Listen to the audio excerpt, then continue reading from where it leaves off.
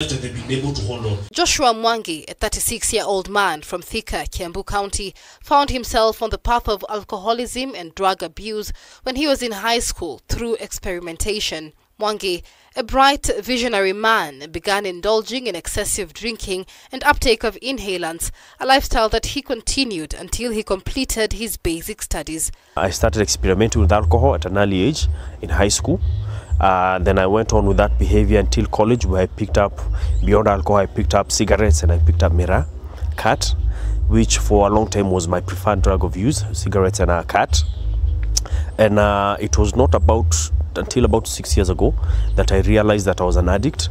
Although his behavior did not entirely affect his performance in the KCSE exams, Mwangi's alcohol and cat tolerance grew to a point that he started mixing the two with other inhalants, a condition that almost crippled his career.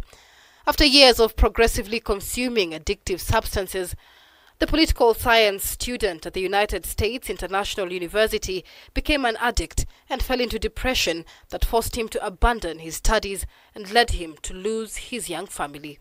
It was much more important for me to continue using than to pursue anything else. So it is not until last year, March, is when I finally hit what we call rock bottom. When I had nothing else left for me, nothing else to do, I reached that point, but at that point I decided that I needed to get some help. Mwangi's life, however, took a turn when his parents enrolled him for rehabilitation and therapeutic treatment, a 3-month course that saw him regain sobriety. Over 1 year later, and now sober, Mwangi has been able to repair his broken relationships with his parents and friends and has begun networking with the hope to rebuild his life. By the grace of God, I was able to get that help here at Maranatha Restoration Homes, and I came here and I spent 3 months here because on top of addiction, I also struggled with depression as well. But when I came here, I was able to understand where my struggles come from, why it is that I'm addicted, why it is that I'm predisposed to addiction, why it is that I'm predisposed to depression. But when I came here, I was able to get the right help, the kind of help that I needed, and beyond that, even the support after leaving the facility. Mwangi's story is not isolated. 38-year-old David Manyata from Thika says addiction hit him in high school in 2001, where he used to take alcohol and cigarettes together with fellow students.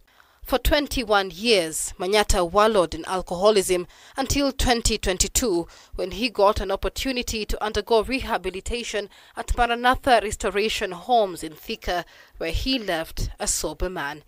Mapafu yalikuwa na hitilafu, kuna ugonjwa ya liver nayo ambayo ingekuja baadaye ama ingenidhuru, na hiyo haikuwa sikuwa nimeitia maanani ambapo nikiwa natumia hivi vileo, but kwa sasa hapa nikiwa hapa niliweza kupata fursa ya kupata maelezo zaidi ya shida ambazo zinatokana na matumizi haya ya ulevi, na nashukuru sana.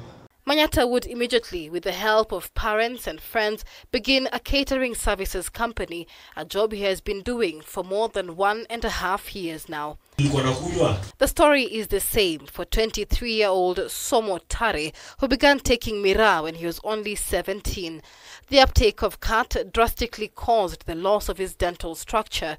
Tare, who has since abandoned cat and is on a recovery path, urges fellow youth to keep off uptake of outlawed substances and endeavor to build their future for better outcomes. Mira inaharibu maisha ya watu.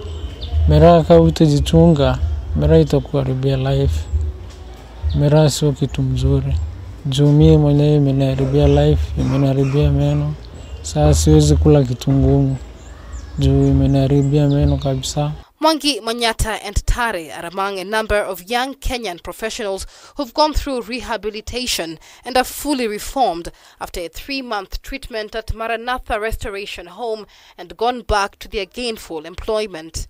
According to the Kenya Counselors and Psychological Association chairperson, Professor Catherine, the burden of addiction to alcohol and other drugs is unquantifiable, as most addicts become polarized and non-functional at their workplaces and at home. If enforcement is done by the government, that would help a lot. But the other thing that needs to help, and I saw it in Egypt, is providing a fund for people to be rehabilitated. Because like in Egypt, anyone requiring rehabilitation, you do not have to pay.